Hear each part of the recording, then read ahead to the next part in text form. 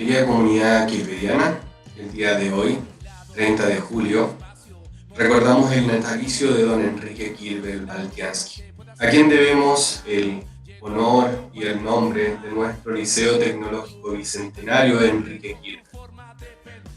Para quienes no me conozcan, soy su director, mi nombre es Sergio Díaz Núñez y me siento muy orgulloso de poder liderar este proyecto educativo basado en los principios de don Enrique.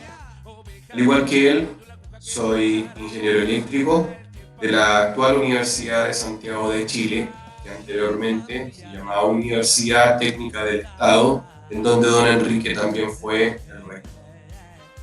Dicho esto, damos inicio a la Semana Quilveriana y también a la celebración de un nuevo aniversario de este gran liceo tecnológico.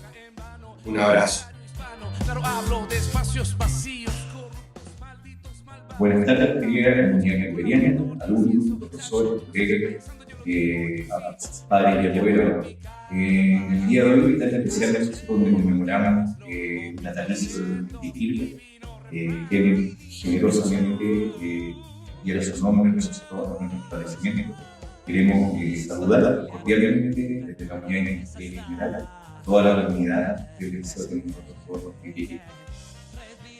Estimada comunidad, junto con el saludo que acá en mi inspectoría, también quiero recalcar la importancia de don Enrique Quilver, ¿cierto?, en nuestra historia, sobre todo en la educación, y invitarlos a que sigan el podcast grabado por el Departamento de Historia, que da a entender, ¿cierto?, la importancia de don Enrique Quilver y cuáles son sus valores fundamentales. Por ejemplo, lo que es ser un perseverante, lo que es ser un profesional, y esos son valores que nosotros como comunidad queremos transmitir y queremos replicar en cada uno de ustedes. Un cordial saludo y que estén todos muy bien.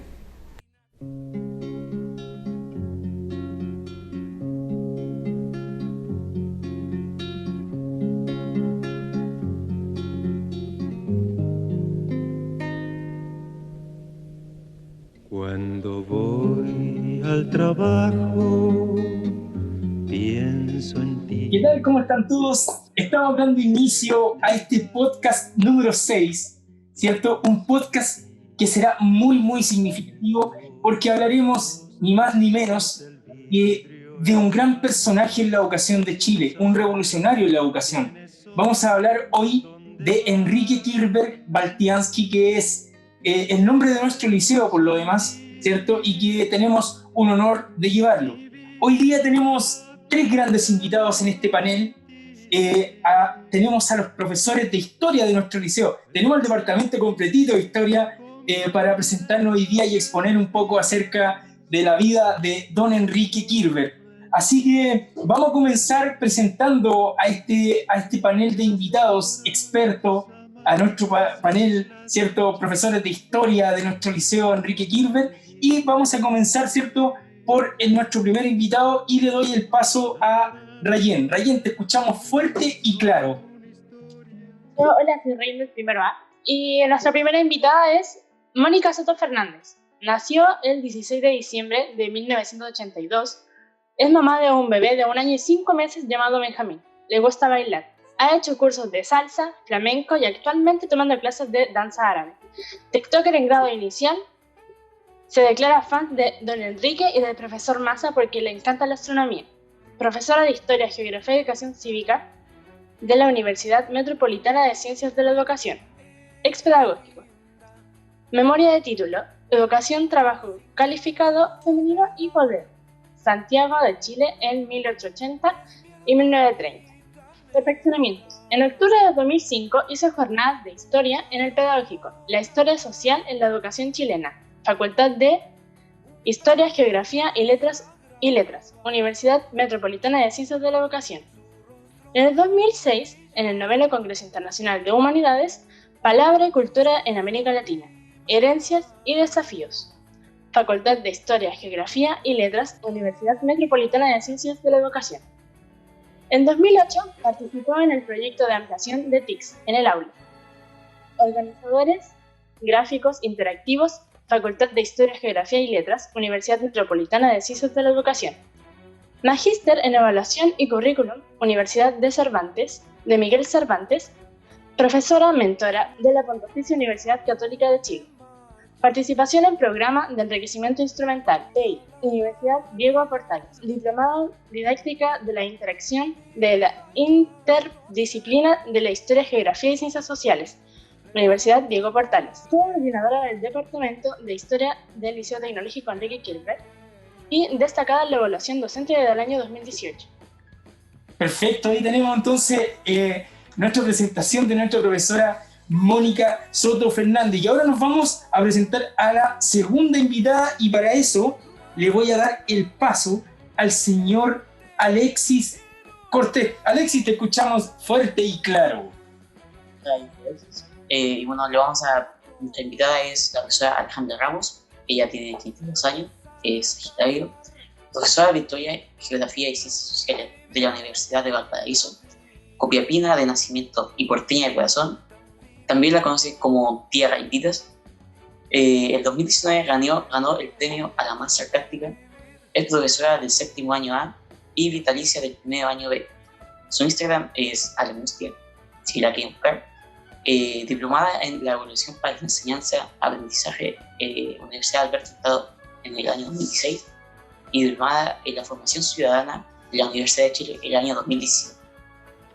Perfecto, tenemos entonces la presentación de nuestra querida profesora Alejandra Ramos y ahora nos vamos con el único hombre del Departamento de Historia, ¿cierto? Y vamos a presentarlo y le vamos a dar el paso a Noemí para que lo presente. Noemí, te escuchamos.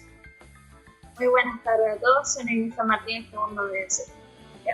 Profesor Carlos Orellana Dualde nació el 22 de febrero de 1987, actualmente tiene 33 años, padre de un hermoso hijo llamado Mateo, nació el 26 de diciembre del 2019, es profesor de Historia y Geografía, licenciado en Educación en la Universidad ProCap de Iquique, su titulación fue en el año 2010, su tesis en el uso de las TIC en la enseñanza del conocimiento historiográfico. Perfeccionamiento. Diplomado en Geografía para la Paz y la No Violencia en la Universidad Academia de Humanismo Cristiano, Mediación y Convivencia Escolar Universidad de Chile, Diversidad Cultural Universidad de Chile, PEI, Universidad Diego Portales, entre otros perfeccionamientos en Ciudadanía e Historia Política de Chile, expositor Patrimonio Cultural Archivado Histórico Nacional, Derechos Humanos Villa Grimaldi, expositor Historia de Maipú en la Ilustre Municipalidad de Maipú, hobbies, folclorista, ex integrante de los Maipucitos, representante internacional en Francia, Ucrania, Polonia, Bélgica, España, Alemania y Holanda. Representante de Chile en programa Bravo Bravísimo Italia, año 1999. Actualmente profesor jefe del 4º año B, humanista, casado con Adela Ramírez, del 2015, enfermera, director musical folclórico del año 2009 al 2016 del conjunto municipal de la Municipalidad de Maipú. Bueno, y ahí teníamos la presentación de nuestro profesor Carlos Orellana, nuestro gran profesor Carlos Orellana, y nos vamos entonces ahora a la exposición de nuestro personaje de la vocación chilena, que es don Enrique Kirchberg Baltiansky. Así que, bueno, vamos a ir por parte y vamos a comenzar por la profesora Alejandra Ramos, que nos va, ¿cierto?, a exponer acerca de los primeros años de vida de Enrique Kirchberg Baltiansky. Alejandra, te escuchamos. Hola, buenas tardes a todos. Bueno, voy a partir con la infancia de don Enrique. Don Enrique nace el 30 de julio de 1915, nace en la ciudad de Santiago. Ambos padres, tanto su lado paterno y su lado materno, eran de familia inmigrante. Su lado paterno, don Arturo, era de ascendencia austriaca, él era argentino, era un pequeño comerciante que había llegado a Chile en esta década. Su madre, doña Rosa, era de ascendencia rusa. Como su padre fue un pequeño comerciante, don Enrique sus primeros años de infancia vivió en varias ciudades acá en Chile y en Lima y en Arequipa. Especialmente fue la quinta región. Él se sentía de corazón porteño, aunque él en este periodo vivió en la ciudad de Talca, Quillota, Quilpué, Lima y Arequipa. Su madre muere cuando él es muy joven, por lo cual esta es una gran pérdida que reconocen las fuentes que él tuvo siendo un niño de muy corta edad. en general, en esta época, don Enrique, el contexto del Chile de los años 20, él pudo ver distintas realidades. Una realidad más urbana, que es Santiago, Valparaíso y Lima, pero también una realidad mucho más rural, que eran las pequeñas ciudades como Quillota y Quilpué. Desde muy joven, en esta infancia, todo esto, lo que es esta forma de ser tan nómada, va influenciando mucho en que con el tiempo y en la adolescencia él desarrolla una militancia política, que va a ser como uno de los factores determinantes de su vida, un proyecto y un ideario. Bueno, ahora le vamos a dar el paso al profesor Carlos Orellana para que nos hable acerca de, bueno, los estudios de Enrique Kirber y el rol profesional de este gran personaje. Carlos, te escuchamos. Bueno, como dijo mi colega Alejandra, efectivamente una vez que él regresa de Perú, viendo la parte de los estudios y el rol profesional de don Enrique Kirber, cuando él regresa de Perú, vuelve a estudiar, en este caso a Chile, ingresa a una escuela ya pequeña en Valparaíso en el año 1920, ¿ya? Y de hecho aquí ya comienzan los primeros acercamientos hacia la vida política, porque de hecho, tan pequeñito, a los 8 años, él ocupa el cargo de vicepresidente del Centro Cultural Manuel Rodríguez. O sea, como dice, aquí ya viene un poco más el ideario político ya desde pequeñito. Como decía mi colega, él se comienza a mover entre Valparaíso, Quilpué, Quillota.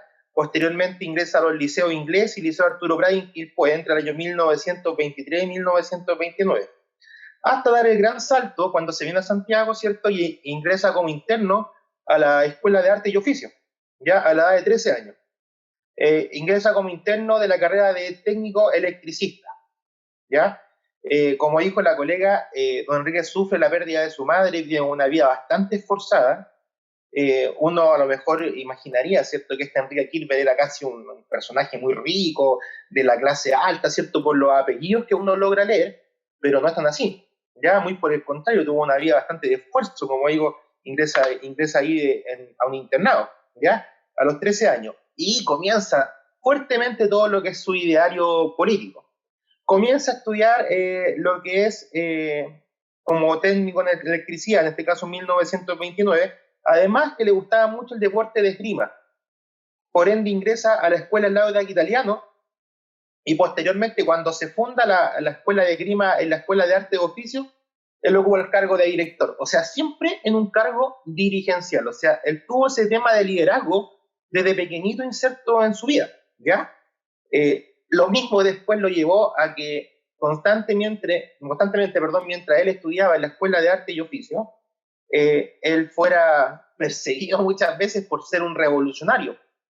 Tanto así, de hecho, que don Enrique Kirber no logró sacar el título técnico en primera instancia, ya que durante el gobierno de Alessandri, tras participar en un movimiento estudiantil, ya que fue un movimiento como contracultural de cierta manera, a él lo expulsan de la Escuela de Arte y Oficio, ¿ya?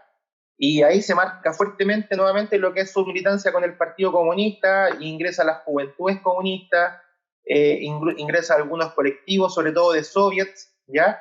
Él tiene una fuerte influencia de su tío, una vez que muere su madre, tiene una fuerte influencia de su tío, que era también un ex menchevique de la Revolución Rusa, entonces tenía todo este ideario comunista de izquierda, ¿cierto?, en su vida, ¿ya? Posteriormente, él ocupa ciertos cargos a raíz del partido, le ingresa a la vida laboral, ingresando, ¿cierto?, como aquí nos preguntan, ¿cierto?, por la vía estudiantil y el rol profesional. Posteriormente le ingresa a una empresa alemana para trabajar como técnico electricista, ¿ya?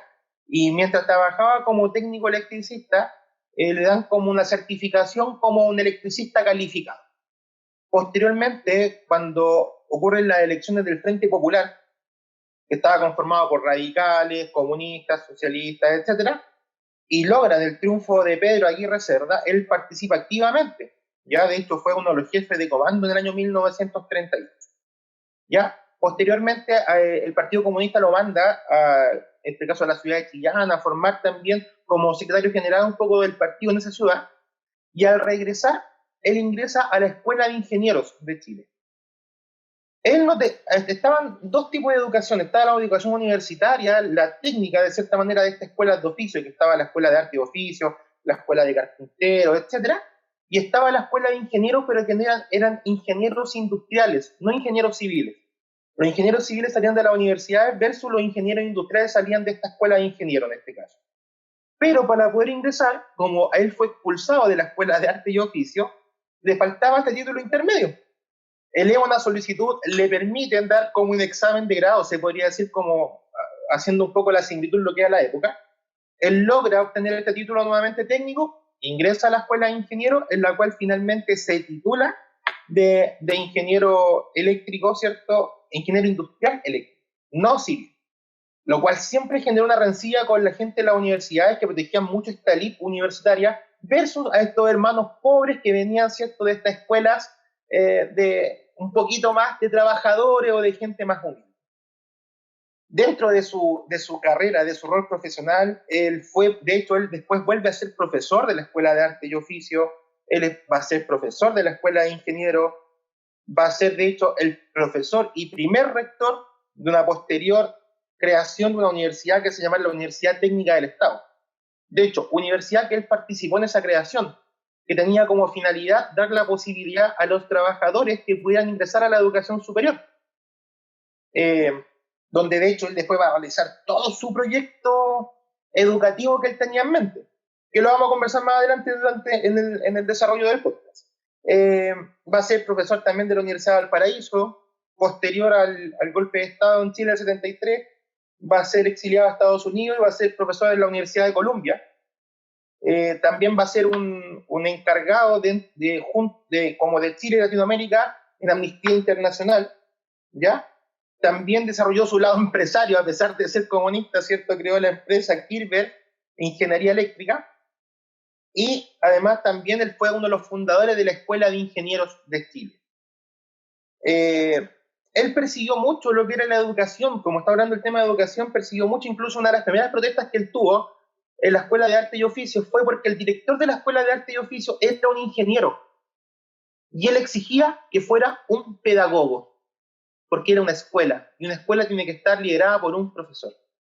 O sea, en este muy resumido que hice, ¿cierto?, explicación un poco de la vida de Kirber, podemos ver ya su ideal respecto a lo que es el tema educativo, el valor que él le daba a la pedagogía, ya siendo el ingeniero y todo. O sea, su primera revolución de hecho fue por exigir que un profesor fuera director de la Escuela de Arte y Oficio. Mira. Esto, estimados colegas, le puedo mencionar un poco, porque después vamos a ir profundizando en las otras preguntas, ¿cierto? Pero en cuanto a lo que es a los estudios y al rol profesional de don Enrique Kirber. Súper, súper. Qué interesante cómo se va uniendo la historia, lo que cuenta Alejandro, lo que vais contando tú. Bueno, y ahora la Mónica va a complementarnos más aún la vida de don Enrique Kirber. Y bueno, la profesora Mónica nos va a hablar acerca del rol defensor de los derechos humanos que también tenía muy desarrollado don Enrique Kirber. Mónica, adelante. Bueno, don Enrique en realidad es un personaje sumamente fascinante, como dicen mis colegas y como mencionaste tú, Alejandro, porque tiene muchas aristas dentro de su formación y dentro de su personalidad. Y una de ellas tenía que ver con la defensa de los derechos humanos. Principalmente en su militancia en el Partido Comunista y teniendo estos ideales marxistas, siempre defendiendo el rol social de las universidades, más que tal vez pelear por la violación de los derechos humanos, como todos conocemos principalmente, va más bien ligado a lo que es los derechos que tienen las personas en cuanto a insertarse dentro del mundo educacional y dentro del mundo laboral. Don Enrique Kirber, como lo mencionó el profesor Carlos, fue un luchador por la educación y un luchador por la educación pública. Él consideraba que uno de los derechos más importantes era el derecho al conocimiento, el derecho a la cultura, el derecho a las artes, no tan solo en cuanto a aprender una carrera técnica, sino que también él pensaba que tenía que ser una formación integral. Y dentro de esos derechos, de esos derechos humanos, está sumamente importante el tema en que él consideraba que las personas, los universitarios, tenían un rol social sumamente importante, ¿ya? que debían estar preparados para desempeñarse dentro de la sociedad. De hecho, voy a citar una frase que es sumamente potente, que él dice que las armas son el conocimiento, el arte y la cultura, son las armas más poderosas que tienen. Bueno, también dentro de su exilio, porque él también fue perseguido en el gobierno de Gabriel González Videla, fue exiliado, fue perseguido en el gobierno, en el golpe de Estado, en la dictadura militar, también fue exiliado, y dentro de esos procesos que él vivió, constantemente estaba luchando por que se respetara la democracia dentro del país, dentro de la sociedad. Era un creyente ferviente en la democracia. Y dentro de su lucha también estaba luchar por los trabajadores, que los trabajadores tuviesen el derecho de poder ingresar a la universidad. Como también lo mencionó Carlos, en su formación profesional, una de sus grandes obras dentro de la UTE, dentro de la reforma universitaria, fue entregarle el derecho a educación a los trabajadores que no habían terminado la educación media. Por lo tanto, darle la oportunidad de rendir examen, así como a él se la dieron para poder terminar su carrera, rendir exámenes y poder ingresar a las carreras que iban de acuerdo a su trabajo dentro de las fábricas. De hecho, como dato anecdótico, muchos padres se encontraron con sus hijos estudiando dentro de la UTE. Papás que luego de su jornada laboral se iban a estudiar a la universidad, se encontraron con su hijo que recién habían salido de cuarto medio, bueno, no era cuarto medio en ese tiempo, en la secundaria, y habían ingresado a la universidad. Se encontraban con papás de amigos que estaban estudiando también. Así que fue un defensor, insisto, él defendió los derechos humanos en cuanto a lo que es el respeto por la dignidad humana, pero él decía que ese respeto estaba respaldado por el derecho a la educación, el derecho a instruirse y el derecho al trabajo, porque también estaba muy conectado con el poder trabajar, con que yo pudiese entrar a la universidad, pero inmediatamente tuviese un trabajo donde poder desempeñarme. Bueno, y otra idea muy importante también es esta generación de conciencia de rol. Este ser humano como un ente que no es individual, sino que pertenece a una sociedad y por lo tanto tiene que ser un aporte. Bueno, Moni, excelente, qué bueno que lo que nos expone es cómo nos redondean la historia, empezando por la profe Alejandra, siguiendo por el profe Carlos, ¿cierto? Y terminando con lo que tú nos estás exponiendo, así que súper. Oye, y ahora ya comenzamos la ronda de preguntas y ya me están apareciendo acá en el chat las primeras preguntas. Bueno, el primero que quiero preguntar es Alex. Alex, te escuchamos ahí para que hagas la pregunta que quieres hacer. Adelante. Muy buenas tardes a todos. Mi pregunta va dirigida a la profesora Mónica. ¿Qué piensa usted de que Enrique Kirber, en lo intelectual, adelantado a sus tiempos, en la visión y a través de la política, la economía y la educación, ya tenía un plan de desarrollo integral para Chile en esos años? Muchas gracias por tu pregunta. Bueno, Enrique Kirber, como tú lo mencionaste, fue un adelantado a su época.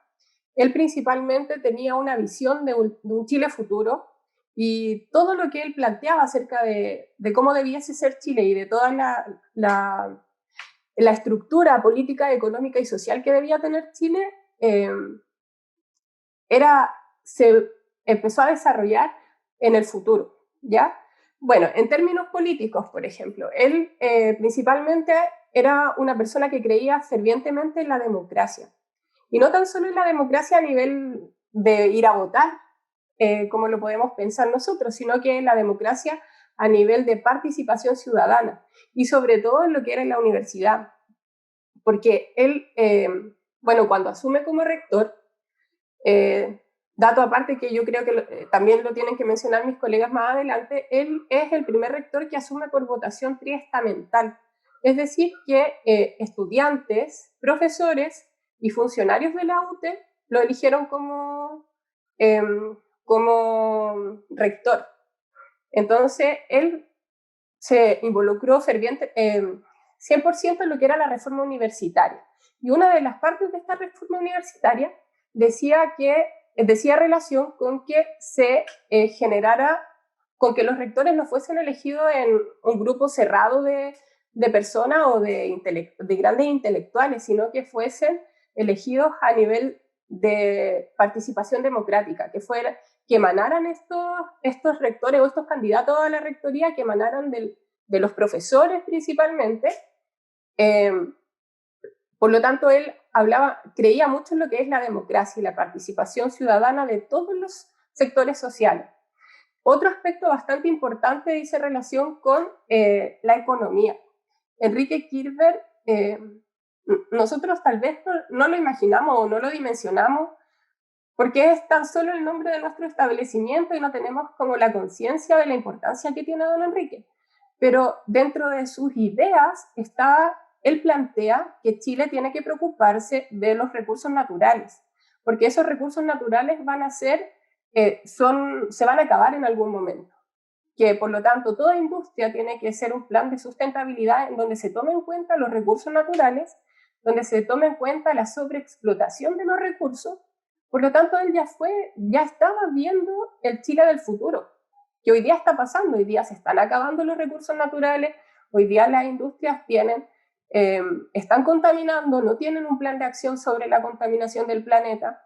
Por lo tanto, don Enrique Kirber ya veía eso en la época que estamos hablando, 1962, 1963, él ya planteaba esas temáticas. Otra cosa importante que él planteó dentro de estas temáticas de visionario, de este visionario progresista que era don Enrique, decía relación con que él planteaba que no se estaban aprovechando los recursos del agro. En la agricultura no se estaban aprovechando completamente los terrenos. Por lo tanto, él proponía una reforma agraria. Imagínense, reforma agraria que tiene sus primeros indicios. Tiene sus primeros indicios en el contexto de don Enrique Kirber, pero que va a venir a consolidarse en el gobierno de Allende. De hecho, él fue uno de los gestores del plan de acción de Allende en su gobierno. Él tenía propuestas para el gobierno de Allende que Allende tomó en consideración para planteárselas. Y otro tema importante también hablaba el tema de la conciencia de los sectores bajos, el tema de la conciencia de rol que tienen en la sociedad estos sectores más desfavorecidos. Él quería que la educación no llegara, porque hasta ese momento la educación llegaba solo a los sectores más acomodados, principalmente la educación superior. Las personas que tenían más recursos podían llegar. Entonces lo que él planteaba era que estos sectores más empobrecidos, los sectores menos favorecidos, pudiesen llegar a optar por la educación superior, pero que esta educación superior les entregara las herramientas para poder desenvolverse y ser un aporte dentro de la sociedad. Entonces es sumamente importante esta visión futurista que tiene don Enrique Kirber, claro. Tanto en el ámbito económico, social y político. Bueno, y cultural también. Claro, súper, ¿sabes qué? Dicho me hace sacar muchas conclusiones, yo creo que a todos nos hace sacar muchas conclusiones, pero vamos desarrollándolas poco a poco, mejor para no intervenir. Bueno, y acá me está escribiendo ahora el periodista Alejandro, que quiere hacer una pregunta. Alejandro, te escuchamos, adelante. Muy buenas a todos, soy Alejandro Sánchez del Primero Medio B, y le quería hacer la pregunta al profesor Carlos. ¿Qué visión cree usted que tenía Enrique Kirber acerca de la mercantilización de los estudios superiores y de esta en la educación en general hoy en día llamado bien de consumo? Bueno, primero que todo, tomando su ideario, ¿cierto?, que él tenía del Partido Comunista y cómo tenía una concepción de la sociedad, claramente mercantilización y educación para él no son para nada un sinónimo. De hecho, consideremos que él fue parte, ¿cierto?, de este frente popular, de la propaganda, ¿cierto?, y de la campaña, este frente popular, junto a Pedro Aguirre Cerda, donde dice que finalmente el motor de un país va a ser la educación. Gobernar es educar, decía Pedro Aguirre Cerda, y él estaba muy de acuerdo con esto. De hecho, dentro de su creaciones donde él tiene una obra, ¿cierto?, que se llama Los Nuevos Profesionales. Él también establece todo un plan que se llama el famoso Plan Kirber. El Plan Kirber es que las universidades se hagan cargo de crear centros de formación técnica, de cierta manera, o institutos como lo conocemos hoy en día, donde den la oportunidad a aquellas personas que no tienen el dinero, porque sabemos que desde muchos años en Chile la educación tiene mucha relación con el tema de poder acceder a través del poder adquisitivo, ¿ya? Entonces él decía, vamos a crear este Plan Kirber, que fue lo que él creó, donde las universidades se preocupen de crear estos institutos y la gente pueda acceder a carreras de 2, 3 años, ojalá con el apoyo de las municipalidades, del gobierno, del Ministerio de Educación, etcétera, para que los trabajadores puedan acceder a esta educación, ya sin como un bien de consumo, sino que como un bien social. Porque como bien dijo la profesora Mónica, él tiene una conciencia social, como tiene toda esta conciencia social de clase, que la clase trabajadora finalmente es el motor de un país. Él entiende que la educación no es un privilegio, ¿cierto?, como mucho aparece en las consignas actuales, sino que es un derecho, ¿ya? Por ende, él está completamente en contra. De hecho, él tiene una frase que dice, el capitalismo no ha triunfado en nada. ¿Cómo va a haber triunfado el capitalismo si sigue existiendo inequidad, si sigue existiendo pobreza, si sigue existiendo desigualdad? O sea, ¿de qué triunfo de capitalismo podemos estar hablando?, decía él, ¿ya? Él totalmente tenía un postulado ideológico totalmente distinto. Entonces, con respecto a lo que es la mercantilización, él era totalmente contrario a esto, porque él tenía la idea, ¿cierto?, de acercar la educación, la universidad, los estudios superiores a los trabajadores y a las empresas. O sea, él decía, si queremos que los trabajadores entiendan lo que nosotros queremos como país, tenemos que acercar la universidad a las empresas y no que las empresas se acercan a las universidades. Tenemos que acercar la universidad a los trabajadores y no que los trabajadores se acercan a las universidades. Como tener un concepto de universalidad, lo que en sí se entiende como concepto de universidad, que no es algo particular. Y además él hablaba de la famosa universidad abierta, que de hecho sí funcionó. Cuando estuvo la UTE sí funcionó esta universidad abierta, que a lo mejor no entregaba títulos profesionales, pero sí alternativas de capacitación. Entonces, estoy casi seguro que hoy día muchas de las demandas sociales, estudiantiles, etcétera, bajo la visión de Enrique Kirber, como decía mi colega, ¿cierto?, un visionario, se mantiene hasta hoy en día y sería un acérrimo protestante contrario contra este mercado de la educación. Mira, no lo responderé la pregunta. Qué increíble, ¿no? Está súper bien. Mira, chiquillos, ¿se dan cuenta cómo se van cuajando cada una de las cosas que lo que expuso recién la profe Mónica, lo que nos dijo Carlos, ¿cierto? Va pasando y nos van enseñando cómo era realmente como la visión de Enrique Kirber, o sea, un personaje totalmente visionario al futuro, ¿cachai? O sea, nosotros hoy día seguimos en el mismo plano y discutiendo los mismos temas, ¿sí? O sea, Alejandro, ¿puedo complementar? ¿sí? Con un dato anecdótico, que cuando Kirber vuelve a Chile de visita, no a quedarse, le hacen esa misma pregunta sobre qué él pensaba acerca de esta autonomía de las universidades y que las universidades se autofinanciaran.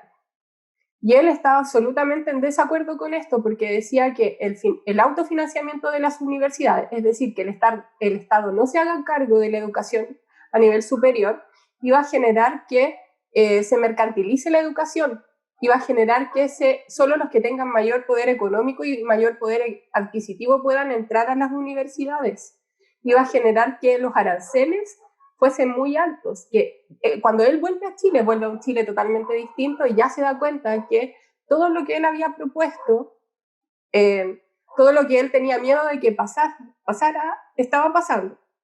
Entonces estaba, como dice Carlos, absolutamente en desacuerdo con que la educación fuese un bien de consumo, sino que el Estado, según su visión, el Estado se debiese haber hecho cargo de esta educación, y él decía que si el Estado se hace cargo de la educación, si los contribuyentes son los que levantan y financian las universidades, los profesionales tienen el rol o el deber moral y cívico de devolver y de retribuir esto. Es por eso que en ese caso los profesionales no se irían de Chile como lo están haciendo hasta ahora, por ser mal pagados, por no tener a lo mejor dinero para invertir en extensión ni en ni dinero para invertir en investigación, se están yendo de Chile.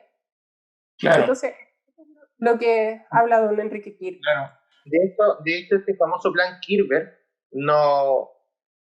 fue rechazado finalmente por el Ministerio de Educación de la época, todos que consideramos que estaban entre los gobiernos de Ibáñez, Alessandri, que no estaban muy de acuerdo con estos postulados de Kirchner, pero Kirchner así todo igual lo lleva a cabo, a través de la UTE, que actualmente es los H, pero en ese tiempo la UTE tenía sedes en diferentes regiones del país. Entonces él fue creando como institutos pequeños de la UTE, ¿ya?, para llevar a cabo su plan Kirchner, a pesar de que no contó con el patrocinio finalmente del Estado.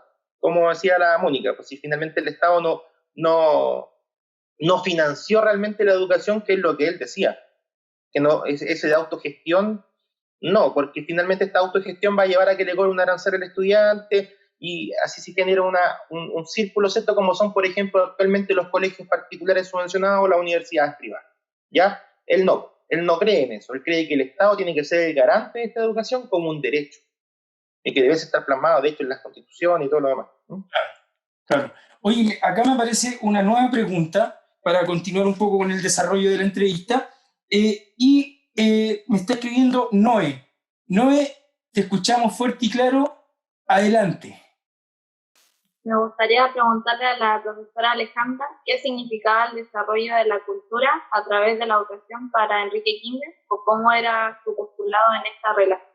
Bueno, para contestar esta pregunta, lo primero que voy a hacer una conceptualización de dos definiciones de cultura.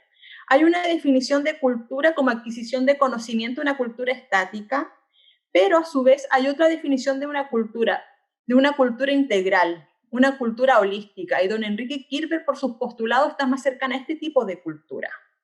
Para don Enrique Kirchner, la educación era un instrumento, una herramienta para desarrollar esta cultura integral.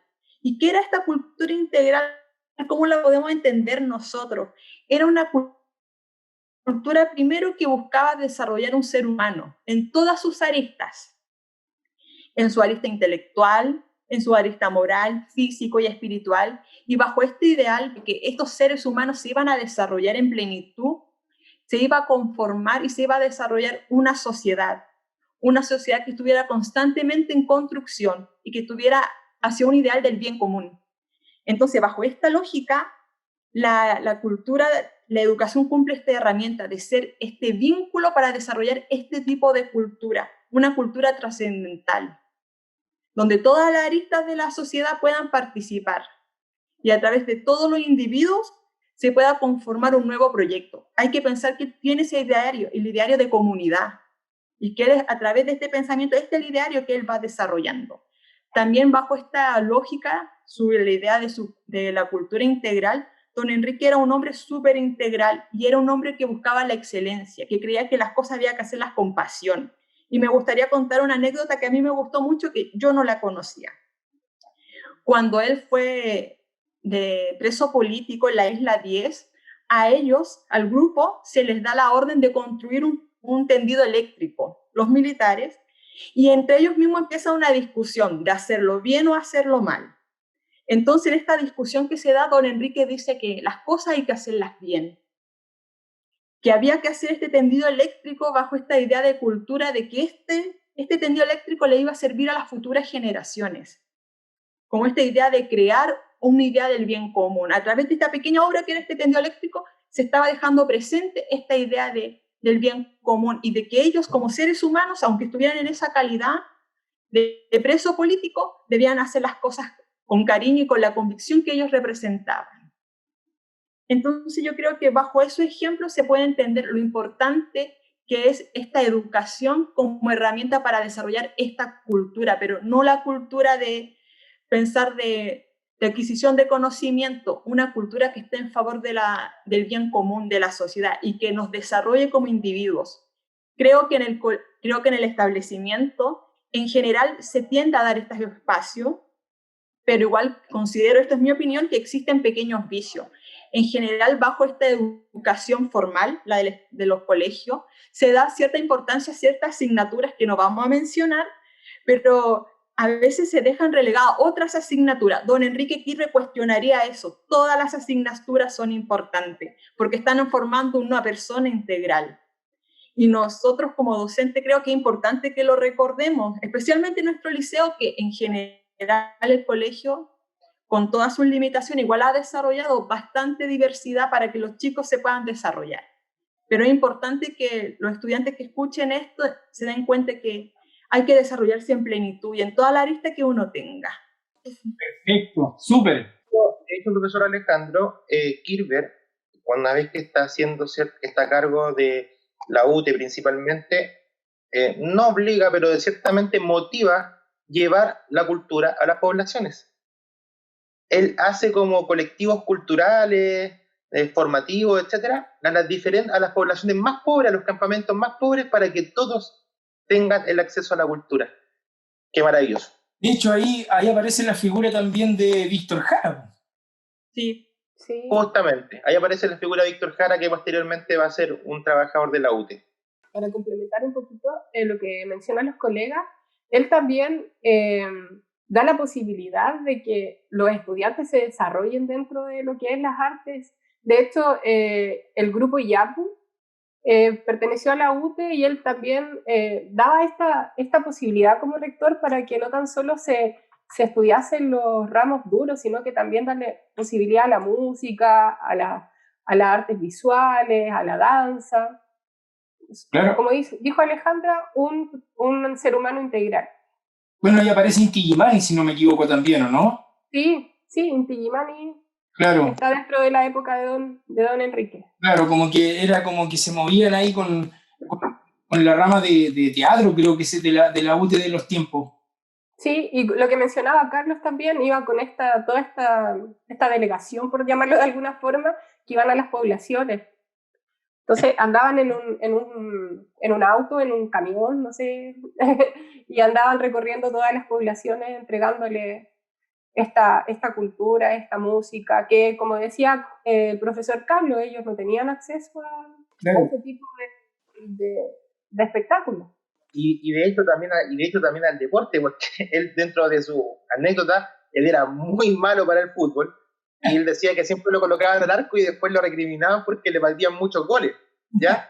Entonces, él decía, de hecho, por ejemplo, en la escuela de ingenieros o la escuela de arte de oficio, se centraba en el estudio formal de las asignaturas técnicas. Y ahí estaba la diferencia con lo que él creía de la universalidad. Y por eso es que de ahí surge la necesidad de crear esta famosa UTE. No por, aparte de darle un trato formal a esta escuela de ingenieros, etcétera, también por la necesidad de darle un desarrollo integral. Porque él sentía que era carente de esa formación y no quería que las posteriores generaciones tuvieran esta misma carencia. Claro. Oye, mira, yo tengo una pregunta para la profesora Alejandra. Bueno, preguntarle, Enrique Quirber siempre tuvo como principal pasión y labor de educar a las esferas más pobres del país o al pueblo. ¿Qué opina de esto, profesora? ¿Y qué valor le da hoy en día a nuestra educación aquella visión de don Enrique? Yo esta pregunta la voy a dividir para que se pueda comprender mejor. Y la primera parte es que don Enrique tuvo una pasión por educar a los sectores, el pueblo más desposeído, las masas populares, como cada uno lo quiera denominar. Más que una pasión, él lo veía como un deber ser, porque era su ideario político. El rol de la educación como un rol social, especialmente a las masas, al pueblo, voy a denominarlo pueblo, para que ellos primero pudieran optar a una mejor calidad de vida, mejorar sus condiciones materiales, que era parte de su ideología, pero también que a través de que estas personas pudieran mejorar sus condiciones de vida, desarrollarse intelectualmente, la sociedad se iba a desarrollar con ellos, especialmente la mayoría de la población. Tenemos que pensar que era un Chile diferente, el Chile de los 60, pero tal vez es una herramienta para desarrollar el país. Por eso, como dicen los profesores, puedan desarrollarse, pero a través de este desarrollo están desarrollando el país. Hay una anécdota que cuenta su esposa, que él se quejaba constantemente que en las fábricas los técnicos eran extranjeros y no eran chilenos. Entonces él cuestionaba constantemente por qué no se perfeccionaba, que ellos pudieran trabajar en las fábricas, porque ese conocimiento estaba relegado para una mano de obra chilena. Y entonces ahí se entiende esta idea de la Universidad Técnica del Estado de que aparezca esta masa y pueda ingresar. Él cuando ingresa a esta masa, como dijo la profesora Mónica y el profe Carlos, él es elegido por los 3 estamentos, pero a él lo llamaban el rector de los estudiantes, porque ahí estaba su fortaleza, en los estudiantes. Entonces ahí podemos dar cuenta que ese, más que su pasión, era el deber ser de él, como es una educación, el rol social de la educación que va muy acorde a su ideología. ¿Cuál es mi opinión sobre lo que está pasando hoy con nuestra educación? Esta es solamente mi opinión. Yo creo que la educación de mercado, la que hoy nos rige hoy en día, es totalmente contraria a estos principios. Creo que don Enrique sería uno de los primeros en cuestionar este tipo de educación, pero más especialmente nos haría el llamado a nosotros, a los hijos de la educación pública, nosotros como docentes y los estudiantes, a resignificar la educación pública, porque la educación pública constantemente está siendo desacreditada. ¿Y cuál es el fin de desacreditar nuestra educación pública? Pues con el tiempo desaparezca.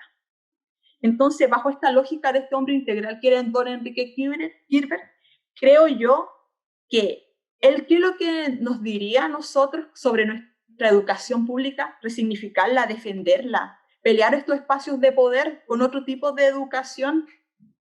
Yo creo que él, bajo esta lógica del hombre que él era, un hombre que era muy integral, yo creo que sería esta idea, de esta pugna de que nosotros tenemos que ocupar los espacios, porque es muy, yo creo que, lo voy a decir, creo que es fuerte, pero para nosotros, para la mayoría de la población, para el pueblo que somos nosotros, la vida no está tan fácil. Nosotros no tenemos resuelta la vida.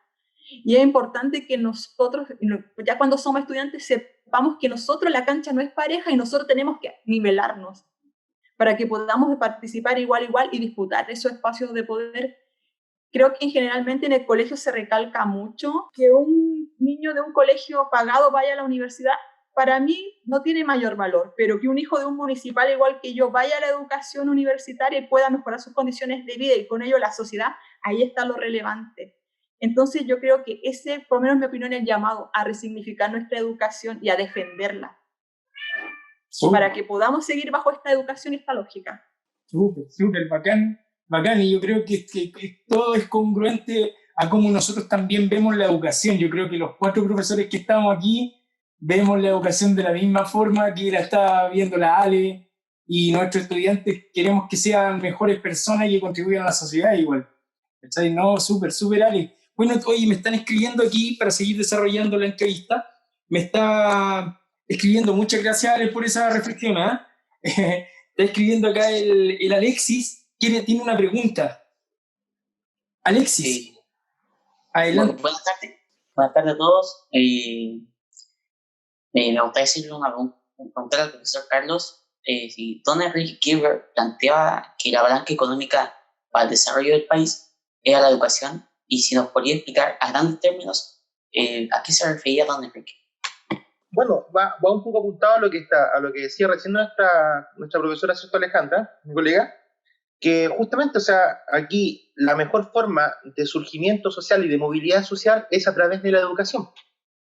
O sea, la única forma que salgamos de las esferas de la pobreza, la única forma que salgamos, ¿cierto?, del núcleo y de esta segregación que se produce dentro de nuestra sociedad es a través de la educación, ¿ya? De hecho, él establece, ¿cierto?, en sus obras, ¿cierto?, de los nuevos profesionales, él dice cómo la educación superior tiene que ser democrática, tienen que existir derechos, tienen que existir las mismas posibilidades para todos, cómo debe haber igualdad, y cómo esta universidad se tiene que abrir a todo el mundo. De hecho, tanto es así que dentro de los procesos de selección universitaria, que ese tiempo estaba en la PA también, y ahora en la PTU, ¿cierto?, antiguamente en la PCU, él la elimina para el ingreso. Él no la pone como una limitancia. O sea, quien no obtenga un buen puntaje en la PA va a poder ingresar igual a la universidad, tomando en consideración las notas de enseñanza media. Si el estudiante fue un estudiante que rindió bien y todo, y probablemente no rindió en la PA, va a poder acceder igual a la educación. Porque él entiende que la única forma de cambiar nuestra sociedad es a través de educando a la sociedad. Algo súper importante. Ahí es cuando se genera el propedéutico, ¿no? Ahí comienzan, o sea, son como los primeros acercamientos a los propedéuticos. De hecho, actualmente, volvemos atrás un poco a lo que es visionario. La Universidad de Chile está haciendo ingresos especiales a través de méritos académicos. La Universidad Católica lo mismo. En este caso, ¿cierto? La USACH, que tiene hace mucho tiempo el tema de los propedéuticos, ¿cierto? Que también vienen de los PENTA-UC, ya que finalmente es como un incentivo a estos estudiantes que se esfuerzan durante su proceso educativo, sobre todo en la educación, como decía mi colega, en la educación municipal, en la educación pública.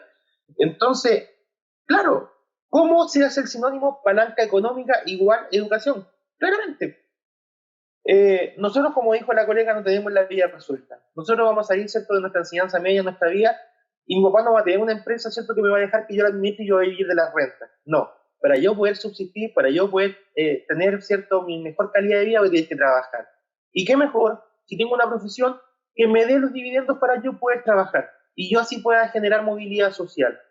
Si yo hoy día soy hijo de un obrero y logré llegar a la universidad y hoy día tengo una calidad de vida mejor, lo más probable es que yo le voy a poder dar una mejor calidad de vida a mis hijos y así vamos a ir un poco creciendo en esta escalera de desigualdad que tenemos hoy en día. Entonces, educación y palanca económica totalmente de la mano. No olvidemos que durante estos gobiernos, ¿cierto?, de Aguirre Cerda, posteriormente con de Gabriel González Videla, que ahí no nos fue muy bien con el tema de esta famosa ley de defensa permanente de la democracia, etcétera. Estos gobiernos radicales también en un momento se habla del gobernar es producir. En cómo la tecnificación, lo que hablaba recién Alejandra, cómo nosotros tenemos que contratar técnicos al extranjero para que desarrollen una labor si nosotros podríamos generar estos técnicos calificados en nuestro propio país. Entonces, en la manera que yo tecnifico el trabajo, también hago crecer la economía y también genero movilidad social. ¿Dónde está todavía la dicotomía que se produce entre esta tecnificación y el trabajo? En que uno se especializa y muchas veces no recibe la retribución económica que debiese recibir. El trabajador actualmente muchas veces, es también un poco más a modo de reflexión personal, como decía la colega, el trabajador actualmente se perfecciona a través de sus medios para hacer mejor su trabajo, lo cual va a generar un impacto, ya sea en el trabajo, en la industria, en el área que sea, pero va a seguir ganando lo mismo. Y ahí es donde se empieza a generar esta escalera de decir, entonces, ¿para qué me perfecciono? Para que mi empleador gane más dinero, pero que yo no vea el fruto de eso. ¿Ya? Y en esa lucha de igualdad de derechos, de redignificar finalmente el trabajo de muchos, es la que quería don Enrique. O sea, tú tienes que ganar de acuerdo a tu especialización del trabajo que tú haces. De hecho, cuando él tuvo su empresa Kirby de electricidad, él comenta dentro de la entrevista de su libro que le hace, él dice, una vez tuve que pagarle a un trabajador 1 millón de pesos, porque había producido mucho y había hecho una muy buena pega, y le tuve que pagar 1 millón de pesos. No sé cuánto dinero equivaldrá ahora ese 1 millón de pesos que le pagó al trabajador, ¿ya? Me dijo, tuve que buscar por todos lados ese dinero en efectivo para poder pagárselo. Pero a mí como empleador, decía Enrique Kirber, no me dolió. Al contrario, me alegré. Porque ese 1 millón se lo ganó. Y así como él ganó ese 1 millón, también a mí como empresa me hizo ganar más. Pero ahí hubo una retribución. ¿Dónde está la dicotomía? Cuando tú te perfeccionas y trabajas mucho y esa retribución no se da. Muchos hablan de la vocación, tanto en la pedagogía, en los trabajos, no, hay que ser, ¿cierto? Hay que tener vocación para trabajar, hay que ser proactivo, tienes que ser comprometido con la empresa, pero ¿cuándo la empresa se compromete con uno? ¿Dónde se ve el manifiesto de este compromiso? En el salario. Entonces, existe una relación directa entre esta educación, ¿ya?, y esta palanca económica. Una, porque hay que hacer progresar el país en base a esta industrialización, como dijo la profesora Mónica. Se nos están acabando el cobre, ahora viene el litio que está a manos de privados, se nos están acabando los recursos naturales. ¿Cuál va a ser ahora nuestro motor económico una vez que se acaben estos recursos naturales si no hemos desarrollado la industria? Hay muchos países que no tienen menos de la mitad de los recursos naturales que nosotros hoy día tenemos, pero que su PIB son el doble, el triple y mucho más que lo que nosotros ya tenemos, porque nosotros les vendemos la madera y ellos de vuelta nos mandan mesas, porque nosotros les vendemos el cobre y ellos de vuelta nos mandan computadores, micrófonos, teléfonos celulares, etc. Entonces, ¿dónde está ahí? Que aquí no está la tecnificación, ahí está el eslabón perdido, que era el famoso modelo ISI, que conocen aquí mis colegas de historia, ¿cierto? El modelo de industrialización por su utilización de importaciones, que tenía diferentes etapas, y llegaba a una etapa que era industrializadora y que ahí falla. Claro. Bueno, súper. Mire, de hecho, está ahora escribiendo Alex Cortés y tiene una pregunta también ahí, Carlos, Alex, te escuchamos. Alex al habla, y otra vez una pregunta al profesor Carlos. Y me gustaría preguntarle, si bien don Enrique Kirber militaba políticamente en los partidos comunistas, ¿cree usted, profesor, que haya influido en sus accionar como educador y más bien quizás potenciar sus convicciones? Sí, claramente. Claramente el militar del Partido Comunista para don Enrique estuvo presente en toda su vida. ¿Ya? Sabemos que actualmente el Partido Comunista a veces genera un poco de resquemor, un poco de recelo, pero hablemos del comunismo de esa época, años 60, 50, 40, que era muy distinto al actual. Ese comunismo, ¿cierto?, que se basaba en la igualdad de derechos, en la justicia social, en la lucha de clases, lo que planteaba Marx, nuestra famosa lucha de clases, y cómo esta lucha de clases puede llevar a una movilidad social. De hecho, él decía que había que impulsar la lucha de la clase trabajadora, porque finalmente esta clase trabajadora, en el tiempo, iba a ser la que iba a generar los grandes cambios, que hoy día lo estamos viviendo, a través de estos estallidos sociales, de este nuevo proyecto constitucional que viene, ¿ya? Además, él también hablaba de este famoso materialismo dialéctico, o sea, de esta lucha de clase. Entonces, él influyó directamente los ideales del Partido Comunista en sí. La diferencia con Kirber es que a pesar de que él era militante del Partido Comunista, y él sí era muy ordenado, un hombre muy estructurado, no iba a obedecer una orden de la cual él no estuviera de acuerdo. Porque el Partido Comunista en sí, en sus líderes, ¿cierto?, tenía estos famosos como votos de obediencia, hacen lo que el partido determina. En este caso, si el partido a él le demandaba, ¿cierto?, un acto del cual él no estuviera de acuerdo, él no lo iba a obedecer. Él iba a primar siempre sus ideales sociales. De hecho, en una cita a uno de sus obras, él dice que hay que abrir a la universidad a todos, y dice, si usted quiere llegar a los obreros, tiene que llevar la universidad a la industria. Si quiere llegar a los sectores más postergados del país, hay que llevar allá a la universidad. Habla de todo lo que es el sentido social de la educación, habla de todo lo que es el sentido social en el cual él cree. ¿Ya? Entonces, ¿cómo fue esta influencia del Partido Comunista? Bueno, aparte que tuvo a su tío que influyó directamente él, este revolucionario ruso Menshevik, es cierto, que influyó en su pensamiento, además de militar en las juventudes comunistas muy joven y posteriormente en el Partido Comunista en sí, influyó muy fuertemente en lo que es su ideario, pero más que influir, él tenía este pensamiento y este Partido Comunista lo vino a reforzar, vino a reafirmar finalmente sus convicciones. Súper, excelente.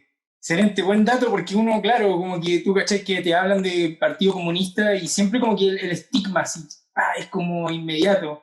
Qué bueno, súper buena aclaración ahí, profe Carlos. Bueno, hablemos que el Partido Comunista, como digo, de aquellos años al de hoy día son partidos comunistas un poquito distintos. De hecho, a él en un momento a él lo bromean mucho porque él tenía un Mercedes-Benz. Entonces le decían, oye, ¿cómo tú sois comunista y él tenés el Mercedes-Benz? Y él decía, pero es que el Mercedes-Benz a mí no me lo regaló mi papá. El Mercedes-Benz yo me lo gané con mi trabajo. Y mi aspiración es que cada trabajador mío también tenga un Mercedes-Benz. Claro. Sí, o sea, claro, él entiende que finalmente, claro, se le tira esa broma de que como un comunista, es como actualmente un comunista con un iPhone. Claro. Pero realmente si es adquirido en base a tu esfuerzo, a tu trabajo, etcétera, no tenía ninguna otra mala relación. Claro, como que el comunista no puede entregarse como al desarrollo tecnológico, sino que tiene que mantenerse estancado. ¿Sí? Claro, tampoco es que uno haga un voto de pobreza. Claro, por supuesto. Oye, bueno... ¿Me podría acotar algo, disculpe? Sí, dale, Ali.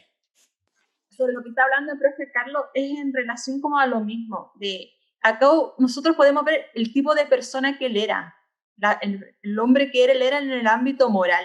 Él era un cuadro político, tenía una ideología política, pero yo creo que acá es muy importante el tipo de persona que era. Ese tipo de democracia y como de, yo lo voy a denominar así como de tolerancia. Porque como está diciendo el profe Carlos, él tuvo que lidiar con personas que tenían una ideología totalmente distinta. Cuando él fue rector en la Universidad Técnica del Estado, la biografía que yo pude acceder decía que él tuvo mucha oposición de los demócratas cristianos, pero él jamás hizo una descalificación, sino que él en el plano académico trataba de argumentar, contraargumentar. Entonces acá nosotros podemos ver el tipo de persona que él era, una persona, yo creo que súper integral. Ese también es un valor de respetar al otro, el pensamiento del otro, aunque no sea compartido con el mío, que es como algo muy relevante. Súper, súper, qué excelente, mira que estamos hablando desde los temas valóricos, temas económicos, políticos, o sea, no, hemos paseado por todo el abanico. Es que Kirber en sí, como figura, es una figura de todo abanico. Es increíble, pero hablar de Kirber, a lo mejor, no sé, algunos técnicos eléctricos ellos lo hablan de la parte profesional, pero por ejemplo, desde el lado de nosotros, de la parte educativa, Kirber es un todo. Ya es un ente social, un ente cultural, un personaje, ¿cierto?, que es digno de admirar por su esfuerzo, de esta justicia social, un ente ideológico, económico. O sea, él se movió a un plano tan general que no lo podemos encasillar solamente en su especialidad. Y de hecho, él nunca se encasilló solo en su especialidad. Él logró esta integralidad. Y como nuestro colegio recibe finalmente, tiene el honor de recibir el nombre de don Enrique Kirber, yo creo que ahí está nuestro gran desafío. Claro. Tomar esta integralidad de este personaje, como decían los colegas al principio, y que desarrollemos todas las áreas del conocimiento, que desarrollemos todas las disciplinas, que aquí no hay una más importante que otra, todas son importantes para la vida. Y esa es la clave de don Enrique Kirber, el respeto finalmente, como decía la profe Alejandra, el respeto por el otro, pero también el respeto hacia la otra disciplina, que es algo que debiésemos fomentar en nuestra vida cotidiana. Totalmente de acuerdo. Oye, mira, hemos hablado solamente de Enrique Kirber, ¿eh? Pero yo creo que Enrique Kirber, o sea, uno siempre, ya sea un hombre o una mujer, ahora estamos hablando de la figura masculina, si estuviéramos hablando quizá de una figura femenina, sería el hombre el que la acompaña, pero a él lo acompañó su compañera de vida, ¿cierto? La señora Inés, ¿cierto? Inés, ¿cuál es el apellido de la señora Inés, profe Mónica? Erazo. Erazo, mira, Inés Erazo. De hecho, les tengo una tremenda sorpresa. Mira, les voy a mostrar una sorpresa, quiero que nos vayamos a esta sorpresa, ¿cierto? Y a la vuelta les explico el contexto. ¿Les parece? Mira, vamos. Es doblemente emocionante, porque mi marido es ingeniero, con mentalidad de ingeniero, pero su pasión era la educación.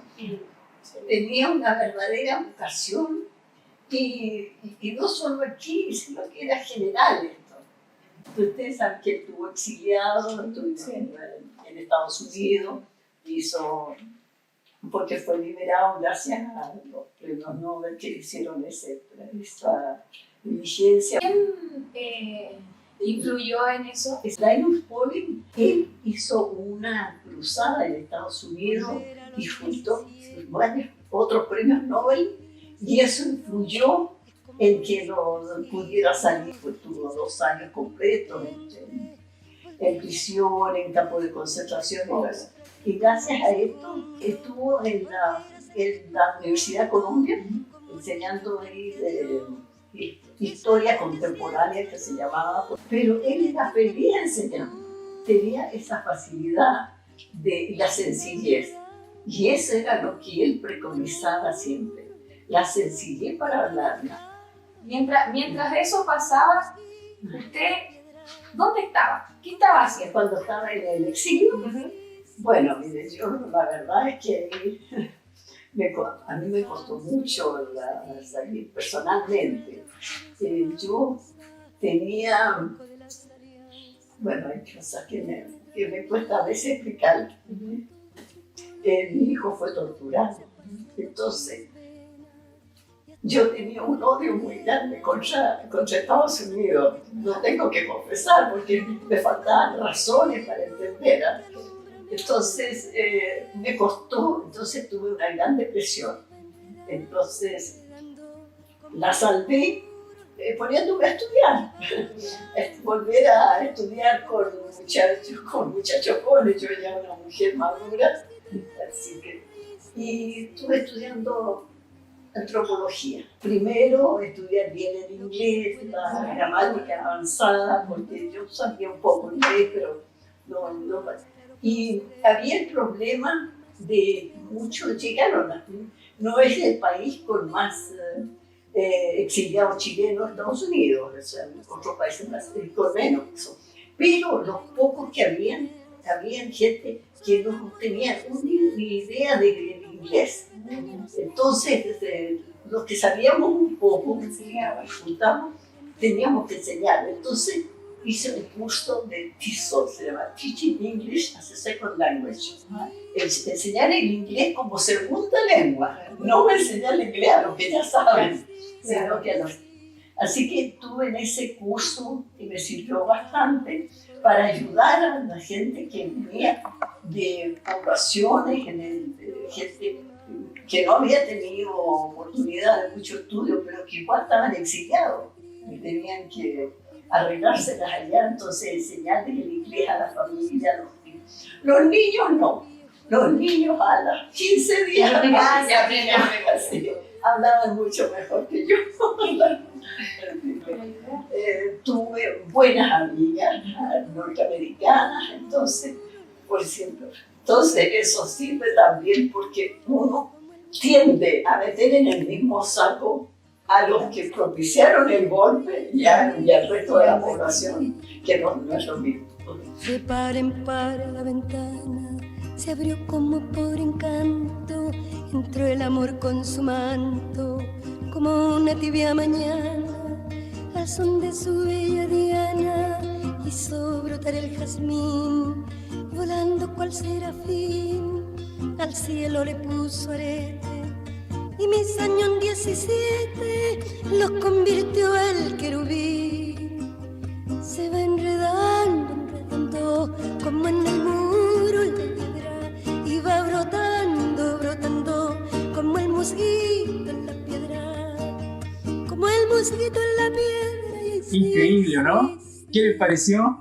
Increíble, qué increíble. Mira, bueno, las profesoras que participaron en aquella entrevista, bueno, la profesora Mónica Soto, que está aquí presente, la profesora Leticia Muñoz, la profesora Mayelia Mengual, y dos profesoras que ya no están en el liceo, pero que sí estuvieron muy empoderadas con esto de nuestro sentido de pertenencia en el liceo, como fue la profesora Tatiana Oliveros y la profesora Susan Muñoz. Y aquí yo quiero, a partir de este video y este set de fotografías que acabamos de mostrar, me gustaría preguntarle, bueno, a la profesora Mónica, en términos generales, ¿qué significó estar ahí, estar entrevistando a la viuda de Kilber? ¿Qué aprendiste? ¿Qué sacaste en limpio de aquella entrevista? Moni, me gustaría que nos comentara un poco de aquella experiencia. Primero que nada, la señora Inés siempre ha sido una mujer muy luchadora y muy fuerte. Y bueno, no sé si los chiquillos han tenido la oportunidad de verla, porque ella está 100% comprometida con nuestro liceo. A eventos que la invitan, eventos que ella va. También ella lleva un presente a los estudiantes que han ganado el espíritu kilberiano en los primeros años del colegio. Y fue una mujer muy apañadora con su marido. Estar ahí con ella fue bastante energizante, porque a pesar de sus 90 y muchos años, es una persona muy lúcida, muy vital, con un rol social todavía muy fuerte, muy marcado. De hecho, ella está ahí, no sé si la han visto en redes sociales, donde aparece video de ella donde llama a ir a votar al plebiscito. Una mujer que está involucrada totalmente con lo que es el rol social. Y en cuanto a su relación con don Enrique Kilber, bueno, ella nos comentó cómo fue su postura y cómo fue lo que ella sufrió cuando don Enrique fue exiliado. Don Enrique Kirchner, como lo mencionaba el profesor Carlos, se metía en bastantes problemas por su, por su rol político. fue perseguido 3 veces, por contar algunas veces, como las más importantes, en el gobierno de Alessandri, en el gobierno de Videla, que fue exiliado a la localidad de Empedrados, y ya finalmente para el golpe militar, el 11 de septiembre de 1973, exiliado, pasó por varios lugares, el regimiento Tacna, pasó por el Estadio Chile, pasó por la escuela militar, fue hasta juzgado por un desfalco financiero que de hecho salió libre porque no había sido así.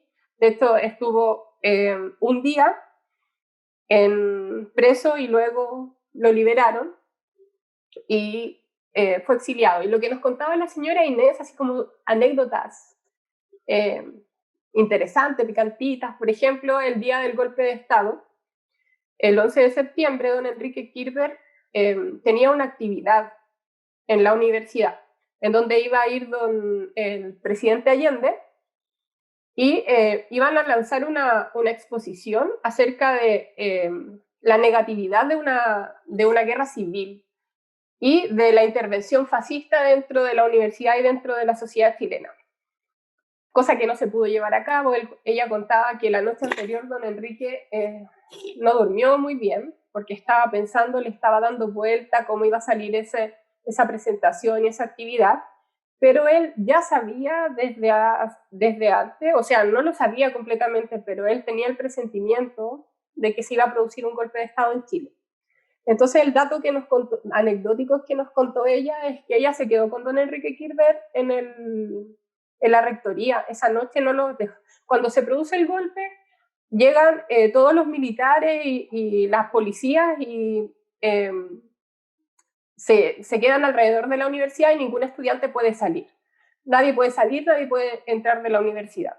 Entonces, a él le prometieron que que al otro día lo iban a ir a buscar en un bus y se los iban a llevar a las casas a los estudiantes, cosa que no fue así. Ellos se tuvieron que quedar durmieron, pernoctaron en la rectoría, y la señora Inés se tiene que cambiar ropa, tenía un cambio de ropa, y ella se cambia la ropa, y cuando allanan esta rectoría, encuentran ropa interior de la señora Inés.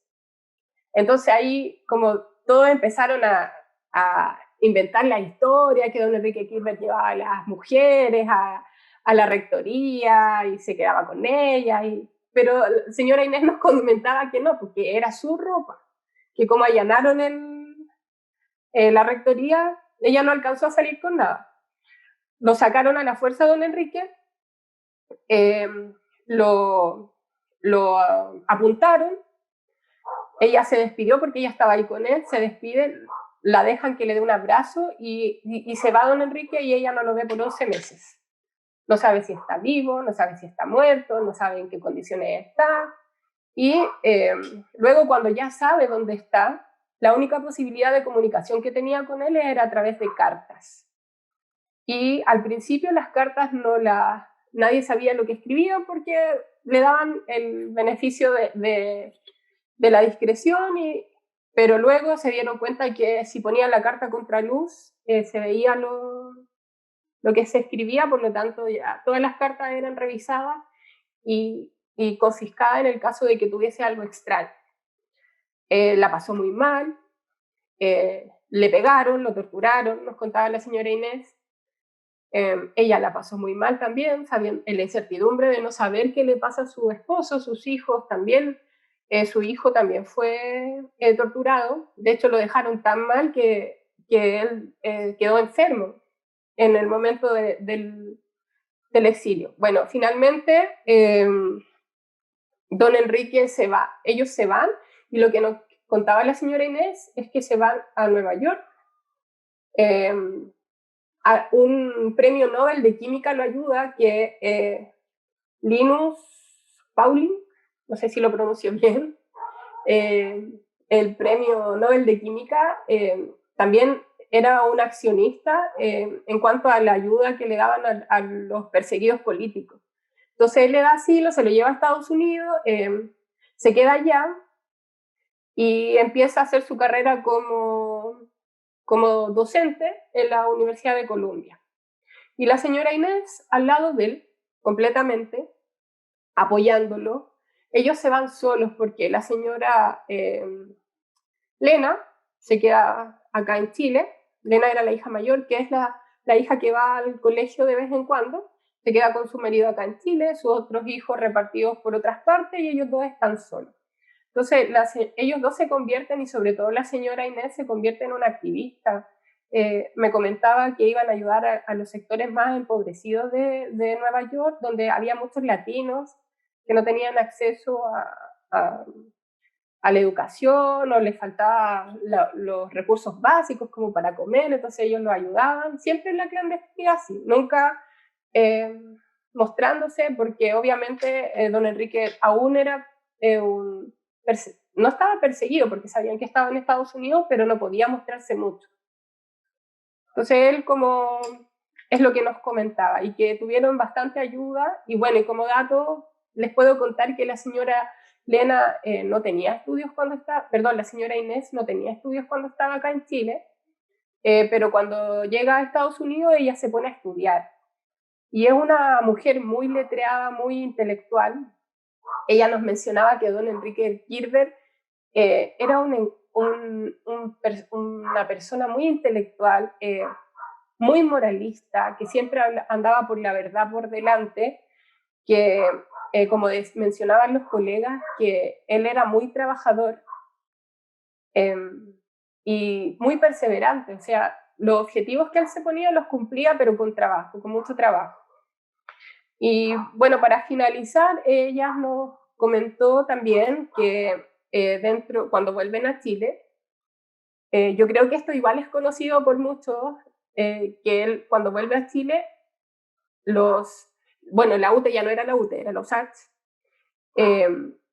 lo reciben, lo van a buscar al aeropuerto, lo reciben con pancartas, con cánticos, como dijo la Alejandra, el rector de los estudiantes, a pesar de haber sido elegido por los 3 estamentos, era el rector de los estudiantes, y él siempre decía, porque los estudiantes son los que lideraban las movilizaciones y le tenían mucho, se sentía muy orgulloso de sus estudiantes, es lo que nos mencionaba la señora Inés.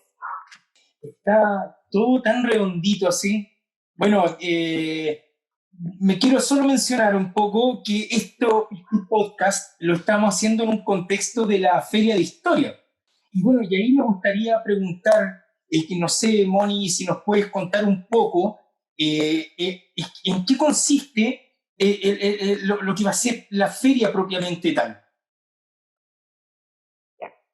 Bueno, este año, como bien saben todos, nos encontramos trabajando desde nuestros hogares, por lo tanto era imposible hacer una feria histórica como la que estábamos acostumbrados.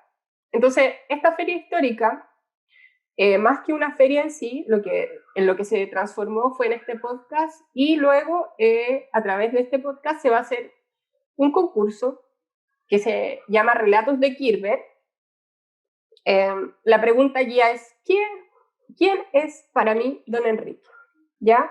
El objetivo de esto es que ustedes, tomando en cuenta todo lo que hemos mencionado nosotros, lo que hemos conversado acerca de la vida de don Enrique, miren dentro de ustedes y se pregunten quién es para ustedes don Enrique Kirber, qué significa para ustedes, qué significa para nuestro liceo, ya qué significa para nuestro país o qué significa a nivel personal. Y luego escriban un relato, y ese relato no lo tienen que enviar de forma escrita, sino que se tienen que grabar leyéndolo o diciéndolo de memoria. No sé cómo ustedes mejor lo quieran. Y el relato tiene que tener como mínimo 2 minutos, o era 1, Ale, ayúdame, Carlos. Gracias. Como mínimo 1 minuto, uno, y como máximo 3 minutos, ¿ya? Pero a través de un relato, ¿verdad? Claro, a través de un relato. Ya. Es contar qué es para mí don Enrique Kirchner, ¿ya? Lo ideal es que ese relato tenga, o esa grabación tenga un apoyo visual, ya sea un papelógrafo, ya sea unas imágenes como las que yo puse aquí atrás, ya sea como los chiquillos que están ahí con su fondo de don Enrique.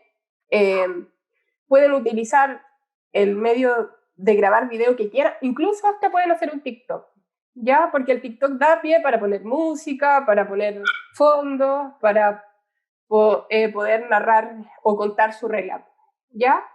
Es importante que ese concurso es voluntario, el que quiera puede participar, no es obligatorio. ¿Hay premios? Hay premios, hay muy buenos premios, excelentes premios. No se los voy a adelantar porque son sorpresa, pero son premios tecnológicos y que están excelentemente buenos. También comentarles que va a tener un beneficio extra para los que quieran participar, porque lo discutimos como departamento de historia y les vamos a dar un regalo, no un regalo porque va a haber trabajo detrás. Pero vamos a poner un 7 en historia a las personas que hagan el relato, y obviamente que lo hagan bien, claramente, con la seriedad que corresponde, y los premios, y son 2 categorías, media y básica, ¿ya? Premios, primer, segundo, tercer lugar, enseñanza media, premios, primer, segundo, tercer lugar, enseñanza básica, ¿ya? Listo. Una vez que publiquemos el podcast en nuestros Classroom, van a tener 2 semanas para poder enviar sus trabajos, ¿ya? Para primero y tercero medio, los trabajos me los envían a mí. Para cuarto y segundo medio al profesor Carlos, y para séptimo y octavo a la profesora Alejandra. Una vez que nosotros seleccionemos a los ganadores, esos ganadores, y en mención honrosa, van a ser publicados a través de un podcast y lo vamos a mostrar para que toda la comunidad kirchberiana lo pueda ver, ¿ya? Perfecto, súper, súper. Oye, mira, igual estamos súper pasados en el tiempo, pero sabéis que me está escribiendo el Alex con la Noé y tienen una pregunta cada uno. Yo creo que esta pregunta podríamos estar hablando hasta mañana, pero si el que lo va a responder de los 3 profes, o sea, le pediría que lo acotara lo más posible. Bueno, me gustaría, Alex, me gustaría que tú hicieras tu pregunta. ¿Qué sería el parecer de don Enrique Kirchner con respecto a la violación sistemática de los derechos humanos actualmente en Chile? Ya, esa es la primera. Ahora la Noé tiene otra. Noé, fuerte y claro. ¿Cuál sería la opinión de Enrique Kirchner con esto de la ley de suspensión de trabajo en contexto de pandemia? Perfecto. Ahí están las 2 preguntas. ¿Quién podría responder esa pregunta? ¿Quién toma la palabra? Ya, mira, vamos. Bueno. De una opinión el Carlos, luego la Moni, y también podría dar su opinión la Ale. Traten de sintetizar lo que más puedan. ¿Les parece? Vamos. Bueno, clarísimo con el tema de los derechos humanos, él sería uno de los que estaría enjuiciando fuertemente el pasar a llevar estos derechos humanos. O sea, si él cree en la democracia, él cree en la libertad, él cree en la justicia, él cree en esta libre manifestación que se esté reprimiendo de esta forma, créanme que él sería, yo creo que él estaría ahí en primera línea. O sea, lo que hemos logrado leer de él estaría en primera línea y arriesgándose incluso a una vez más ser exiliado o cuánta cosa más, claramente. Y con respecto a la suspensión del empleo, o sea, él protegía enormemente a los trabajadores, entonces le encontraría que una injusticia tremenda. O sea, aquí yo creo que le daría la responsabilidad directa al Estado. O sea, es porque hay muchos empleadores que han abusado y recontra abusado con esta famosa ley de protección al empleo. Protección entre comillas porque tienen que retirar sus propios ahorros de los AFC. Entonces no te permiten retirar el 10% de la FP, hay que pasar con todo un tipo de ley, etcétera, pero sí te permiten que quedes sin ahorro en el fondo de cesantía. Que ese debe ser el último eslabón que se debiese tomar en cuenta. Porque si más adelante esta crisis económica se acrecenta o pasa cualquier cosa y el trabajador lo despiden, va a quedar sin ningún resguardo social. Ya, y como él cree en esta justicia social, sería un un acérrimo retractor de estas malas medidas. Moni, ¿tú qué opinás ahí al respecto? Yo estoy de acuerdo con Carlos. Don Enrique, bueno, en cuanto a la violación de los derechos humanos, él estaría bastante en desacuerdo. Yo creo que para él es una aberración lo que está pasando a nivel nacional. El uso de la fuerza desmedida y él siempre hablaba de lo que es la dignidad de la persona. Entonces, el que se violen estos derechos, el que se pasa a llevar lo que es la dignidad de la persona, va absolutamente en contra de los principios de don Enrique Kirchner. Yo creo que tajantemente él, y a viva voz, lo hubiese dicho que está absolutamente en desacuerdo. Y en cuanto a la ley de protección del empleo, ¿qué protección? Don Enrique Kirchner estaría en desacuerdo. Yo creo que si él hubiese sido parte del Parlamento o del gobierno, él absolutamente rechaza esta ley, porque lo único que hace es hacer que los trabajadores se hagan cargo por sí mismos de ellos se paguen sus seguros. Aquí el Estado no está haciendo nada. Ellos se están pagando, ellos están utilizando su dinero para poder sustentarse. ¿Y qué va a pasar el día de mañana cuando alguien quede sin trabajo? Claro.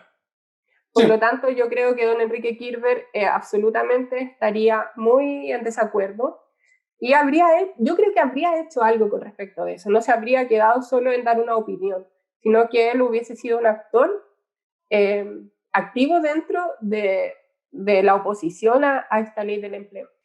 Ahí estaría la señora Inés diciendo, ya se va a meter en problemas. ¿No? Otra vez.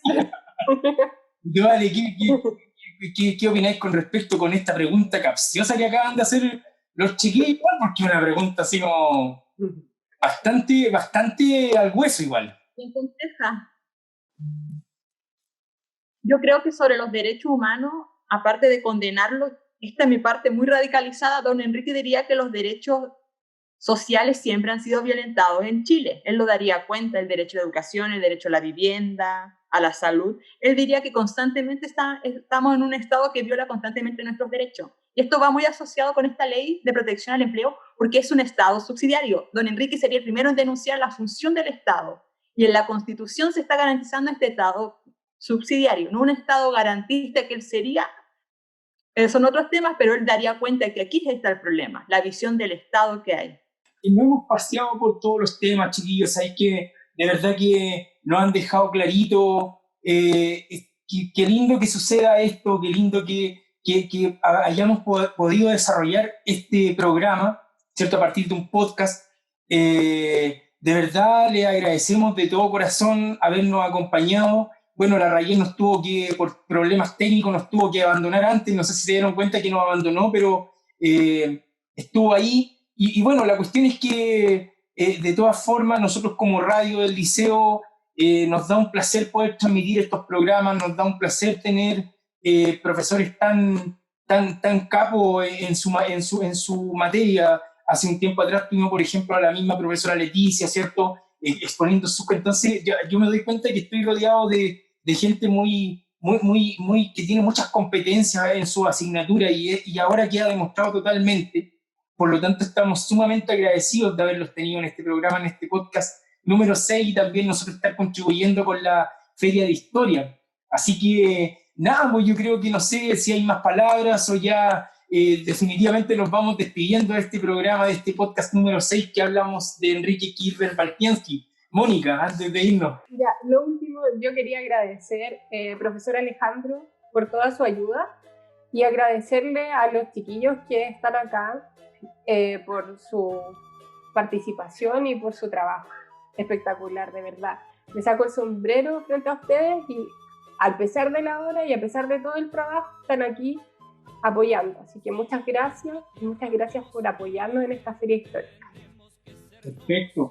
Y reitero los agradecimientos, sumándome a la profesora Mónica, justamente a usted, profesor Alejandro, la verdad, por esa gran acierto de querer siempre apoyar a sus colegas, se agradece mucho en todo este trabajo. También muchas gracias a los chiquillos que se la han jugado en estos momentos de pandemia, así que felicitaciones por millones. Y Ojalá también, como decías tú, muy orgulloso de mi departamento de historia, ojalá con este podcast creemos un poquito de conciencia de lo que es la figura de esta persona, ¿cierto? Que nuestro liceo lleva el honor de tener su nombre, que logremos, ojalá, un poquito imitar su vida. Con solo un poquito tendríamos un liceo mucho mejor de lo que ya tenemos.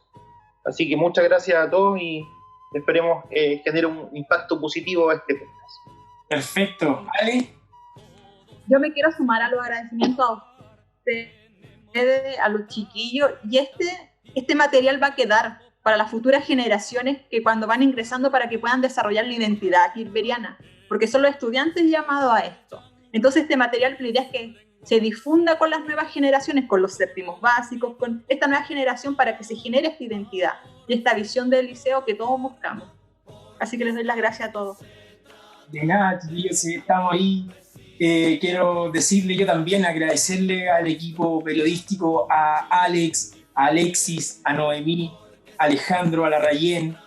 Bueno, aquí nos falta un componente que es Cristina también, Cristina Gutiérrez, que ella es la diseñadora de la radio, de repente está en los programas, pero de repente la liberamos porque también diseñando ocupa harto tiempo también ella, pues entonces hoy día la liberamos, pero también es parte de esta radio y no, pues yo le quiero agradecer a ustedes por haber confiado en nuestra ayuda, ¿cierto? Y también agradecerle a este equipo, ¿cierto? Periodístico que, si ustedes se dan cuenta, son un equipo sumamente intelectual y eso para mí es sumamente importante porque estamos haciendo escuela, pues, y eso es lo importante.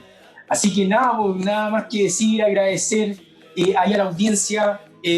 Ojalá que de este podcast sucedan muchas cosas positivas, generemos impacto, como decía el profe Carlos, y de esta manera nos vamos despidiendo de este podcast número 6. Así que estén muy bien, mucha buena energía y nos vemos, chiquillos. Un abrazo para todos, colegas, un abrazo ahí, me gustaría abrazarlos de verdad y a ustedes también, chiquillos. Así que bacán y nos vamos despidiendo. Chao, y nos vemos en el podcast 7 que se viene pronto, así que chao, que estén bacán y nos vemos. Chao, chiquillos, chao. Nos vemos en el podcast 7 Radio NT. Chao.